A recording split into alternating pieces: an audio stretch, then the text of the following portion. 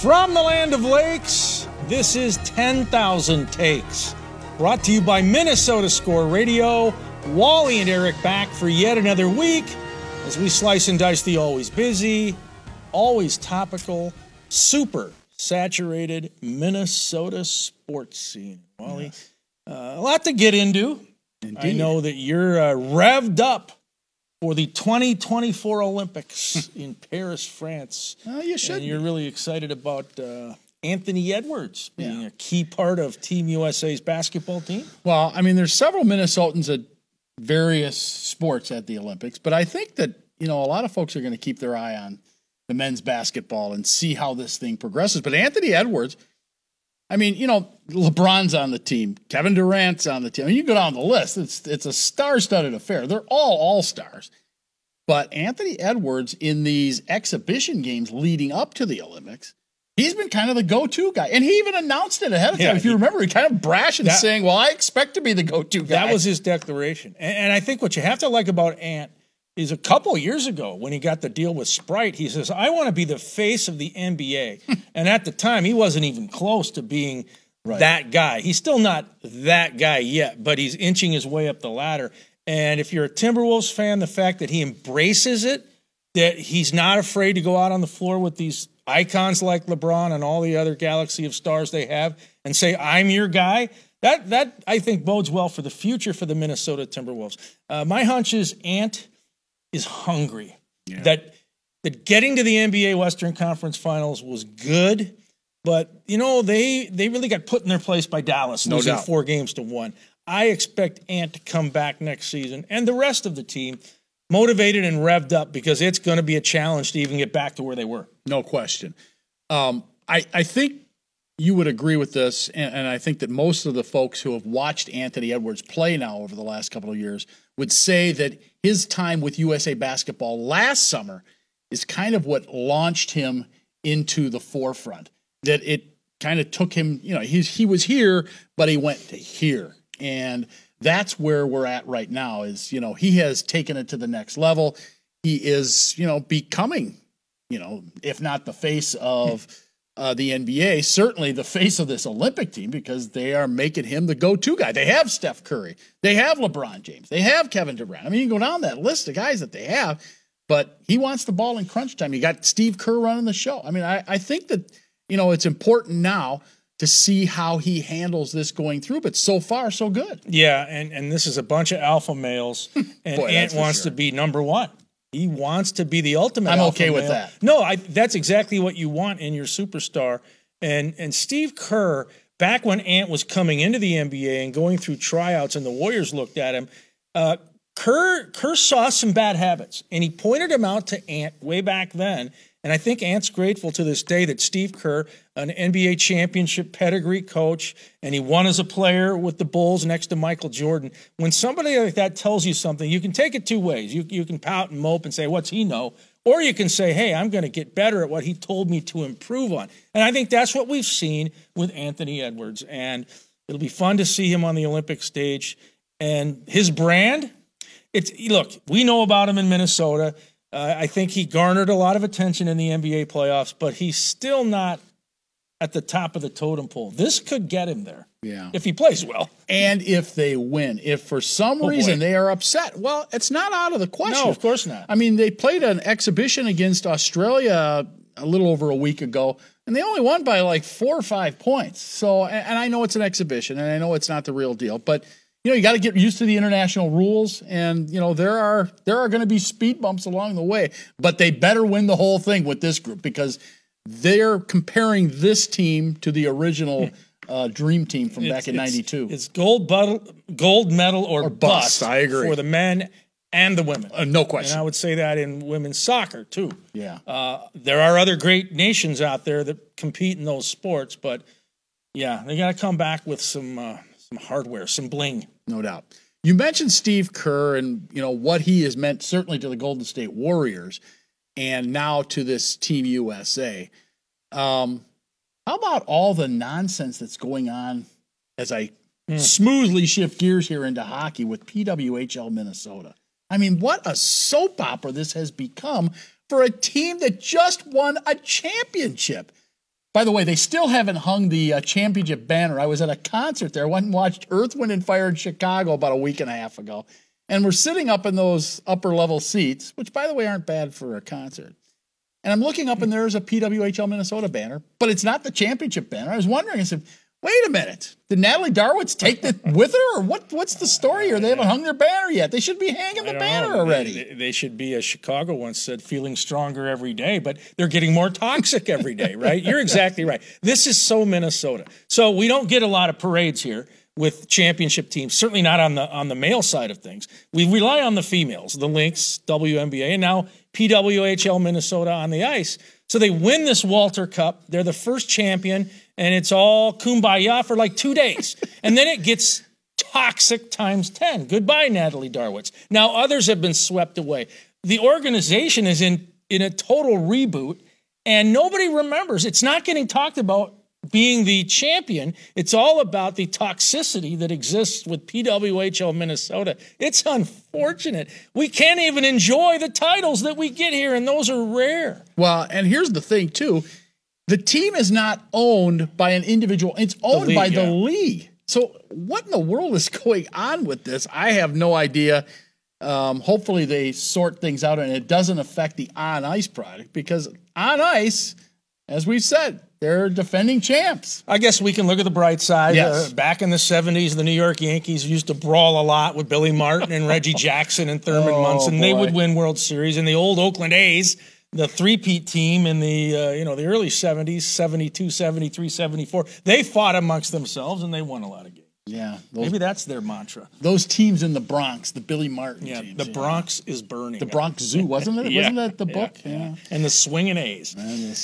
All right, well, stick around. We have much more to talk about. We're gonna get on a unicycle. Oh, boy. I hope you have some good balance. I don't. This is 10K Takes, your PWHL Minnesota ticket.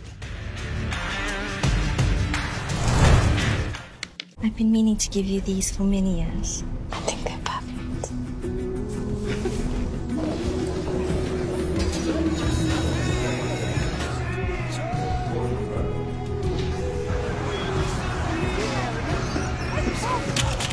Maya? Oh, I love your earring. Why didn't you try these? It isn't just about vision. It's about care. Nobody cares for eyes more than Pearl. Absolutely.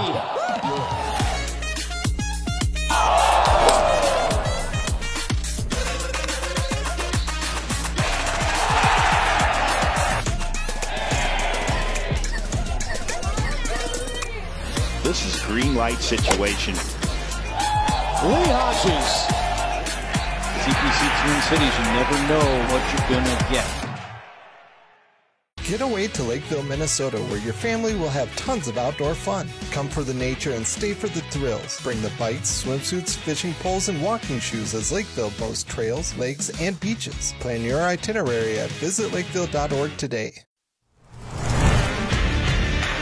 Welcome back, 10,000 Takes, Wally and Eric.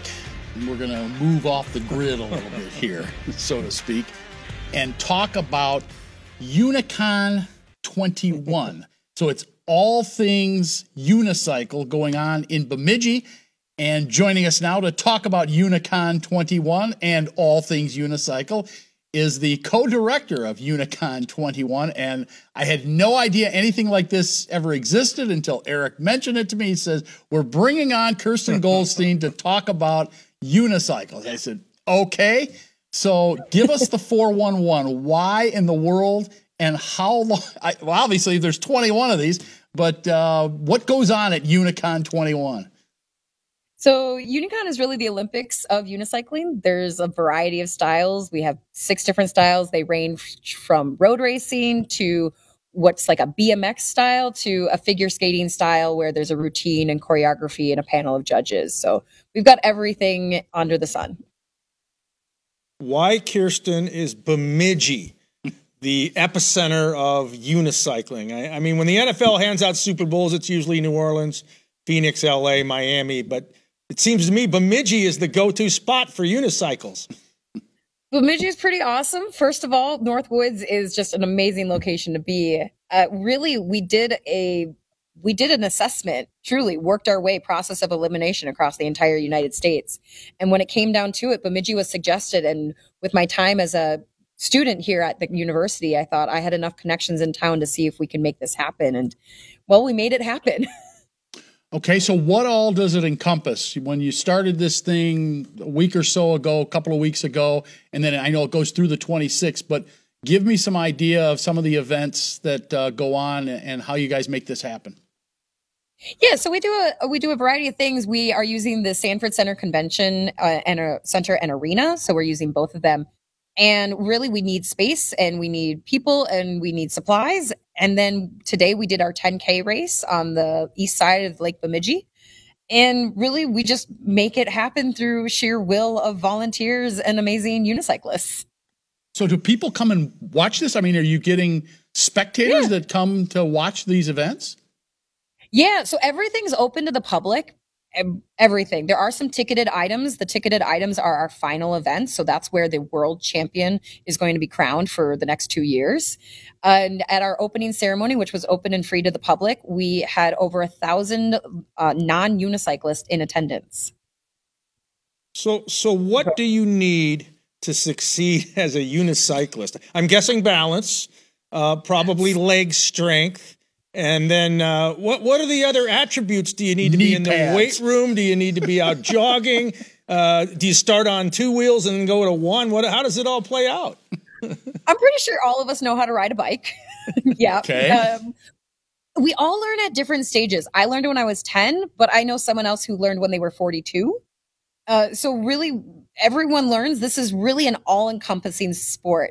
While we are niche, we are so inclusive to everyone. Anyone that wants to try. I think the biggest thing to be, quote, successful in this community is have a sense of humor. We know we're silly, and we just have embraced it and owned it and taken over with it. And now we just ride our unicycle as a commuter piece of equipment. Okay. Here's the other thing.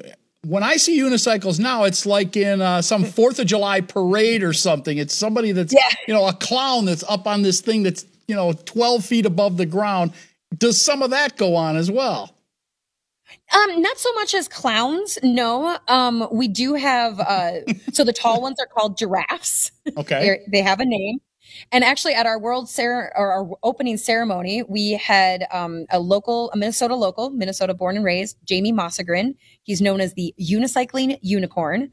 He attempted to break the world record for tallest rideable unicycle. And he may have beat the record in practice. We're waiting for Guinness World Records to get back to us on that. So there are some things like that happen. We do some exhibition. This is not just a competition. It's also a convention. And one thing that we really pride ourselves on is the ability to be a family reunion every 2 years. I really only see these people every other year. Huh. Yeah. Okay, so special.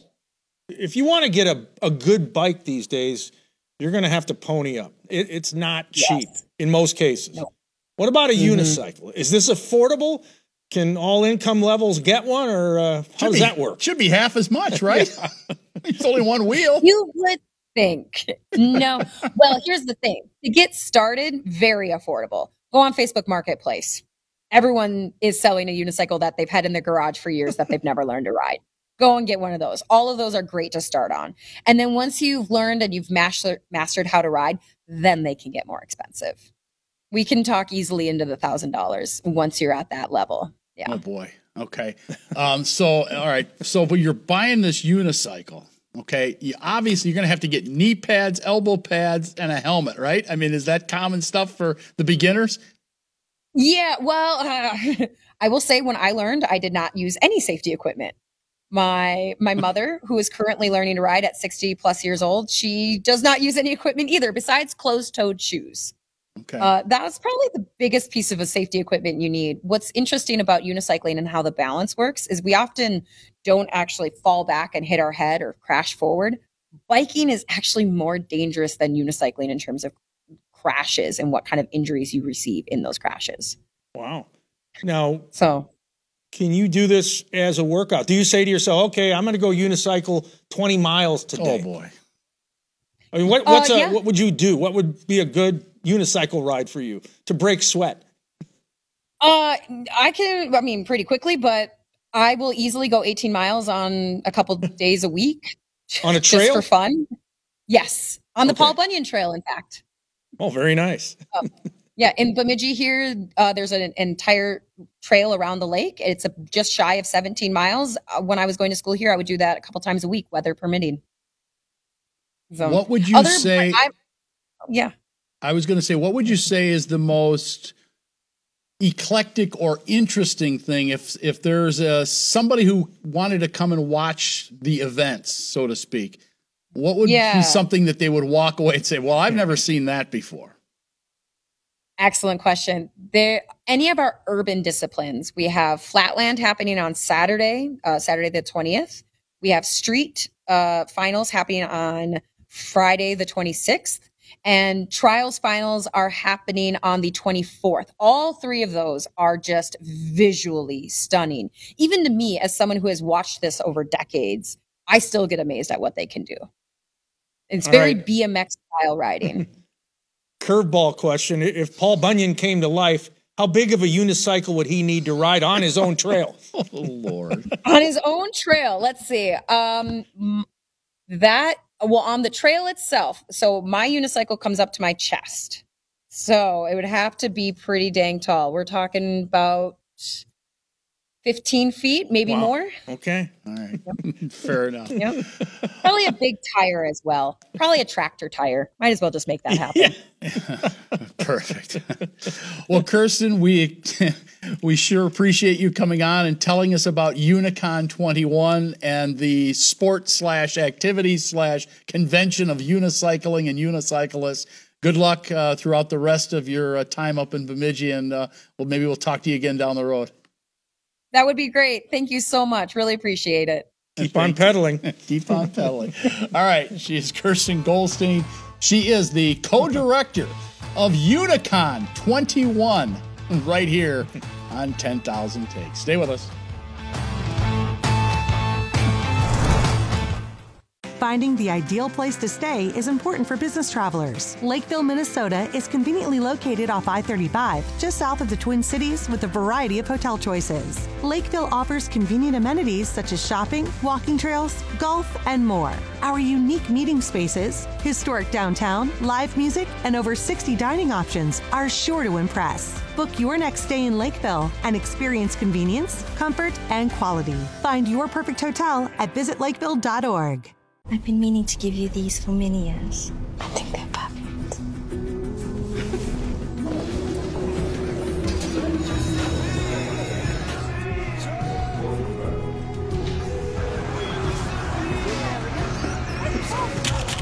Maya? Oh, I love your earring. Why didn't you try these? It isn't just about vision, it's about care. Nobody cares for eyes more than Pearl. Welcome back, 10,000 Takes, and I know you're itching to talk football, but I'm gonna hold you off for at least a minute or two. Because we got to talk some golf. The 3M Open ongoing out at in Blaine, and I think that this has become really a go-to event, not just for golf fans, but I think that they've done a really good job of bringing in the non-fans just because they like the event.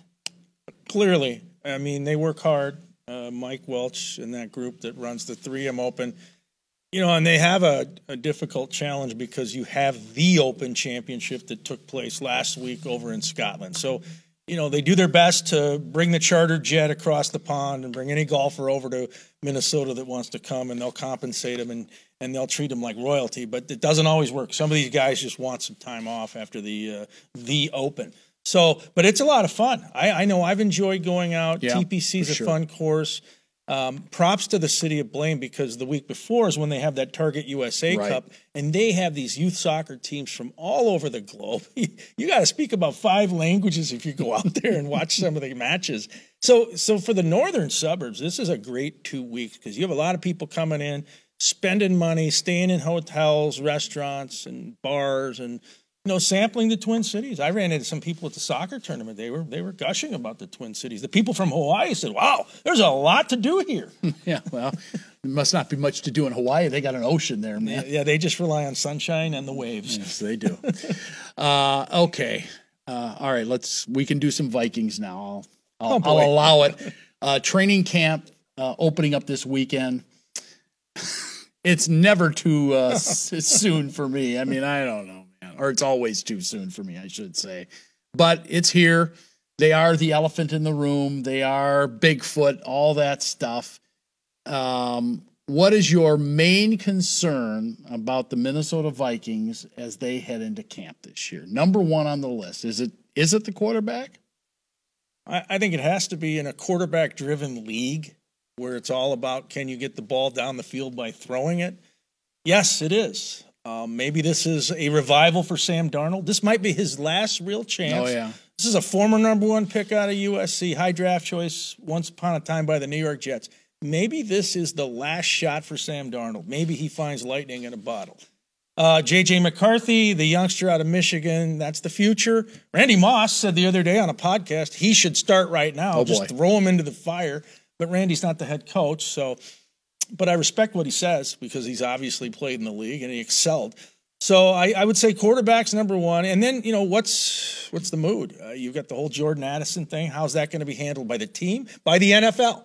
We don't know what they're going to do. Right. The NFL might step in and they might sit him down for a while. And the tragedy with Kyrie Jackson, the young cornerback out of Oregon, that was just very, very unfortunate. So Kevin O'Connell and the coaching staff have to navigate their way through this.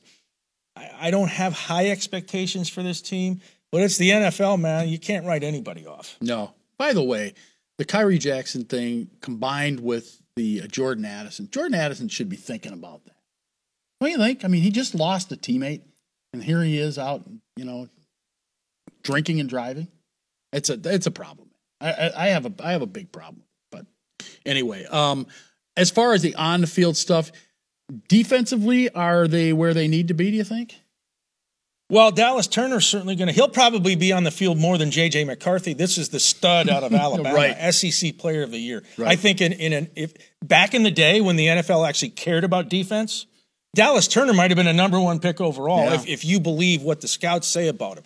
So I think the Vikings, if he can stay on the field, he's got to replace Danielle Hunter. That won't be easy. Right. Now, Danielle did have injury issues. He's in Houston now. But Dallas Turner's going to be interesting to watch. And, they weren't very good under Donatel. They got better under Brian Flores, but they still were not a dominant defense. No. So they've got things to fix. What about special teams? I always harp on that. Can you steal a game or two with special teams? You got the new return rule. They've got Kenny Nwangu and some others. Are they going to take advantage? Are you feeling good about preseason football? Oh, boy. Counterfeit football? No. But I will say this. It matters greatly to those trying to make the roster. And if you want to see an NFL game at a bargain rate, can't afford the regular season, go to those 2 preseason games or even go over to Lambeau where you can get a ticket cheap. Yeah, you can sit outside and watch football. Too. Yeah, that's, I think, the way it was meant to be. It is. All right. One more segment to go. Takes of the day. Coming up next, you are watching 10,000 Takes, your purple ticket.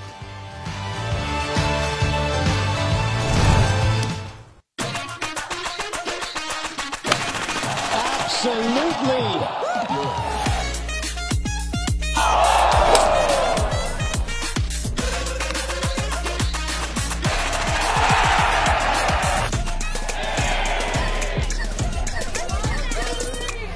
This is green light situation. Lee Hodges. TPC Twin Cities, you never know what you're going to get. I've been meaning to give you these for many years. I think they're perfect.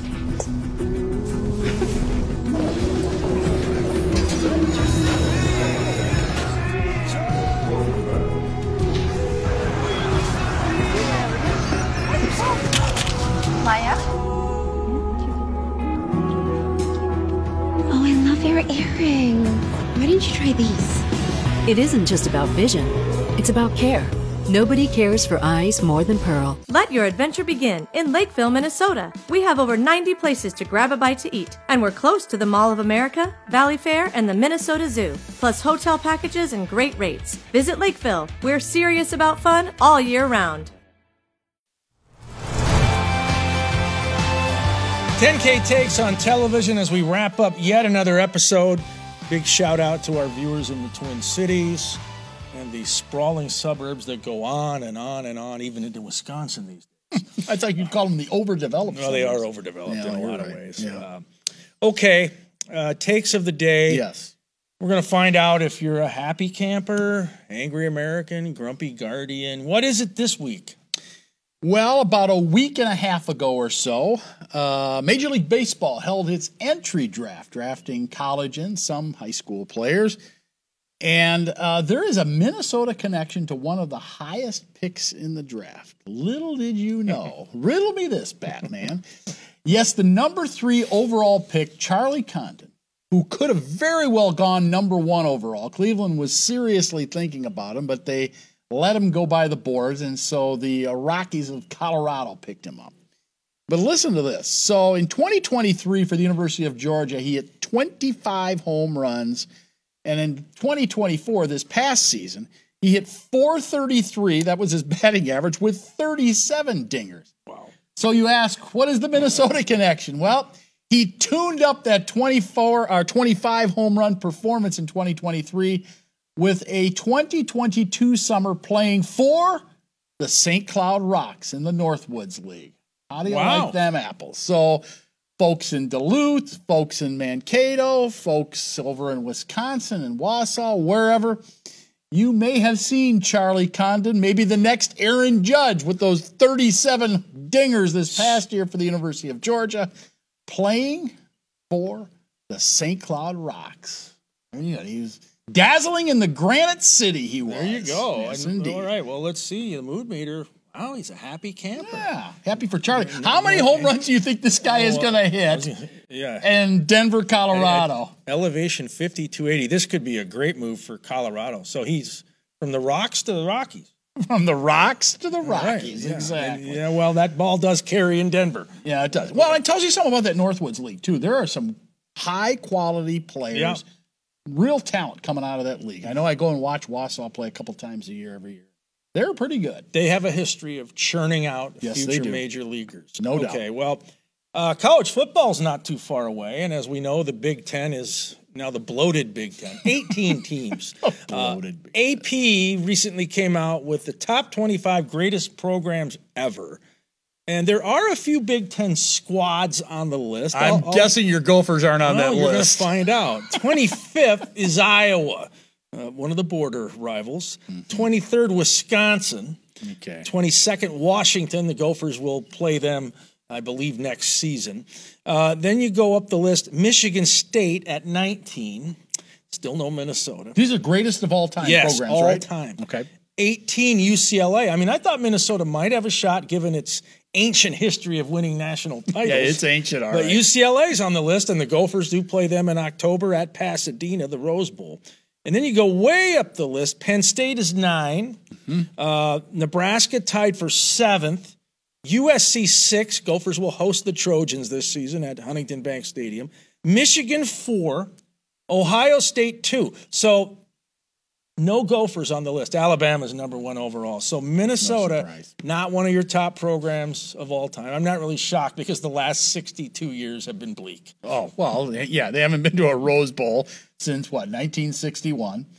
They haven't won a Big Ten title. I guess they shared the title back in 67, 68. It's look, it's going to be cool when they go play UCLA at the Rose Bowl. And there will be a big deal in this market made of Minnesota's return to Pasadena. But it's not for the Rose Bowl. It's just a regular season game. I know a local photographer here in town at one of the affiliates. You know him too. He told me, do you know anybody who went to that game that's still around? We're trying to find him for a story. Oh, Lord. So if you're out there, contact us. We'll put you in contact with him. All right, we got to go. Let's FedEx out those thank yous. One to David Weld, Paul Langfellow, Rocky, Kirsten Goldstein. For Wally, I'm Eric saying so long. This is 10K Takes Your Sports Ticket.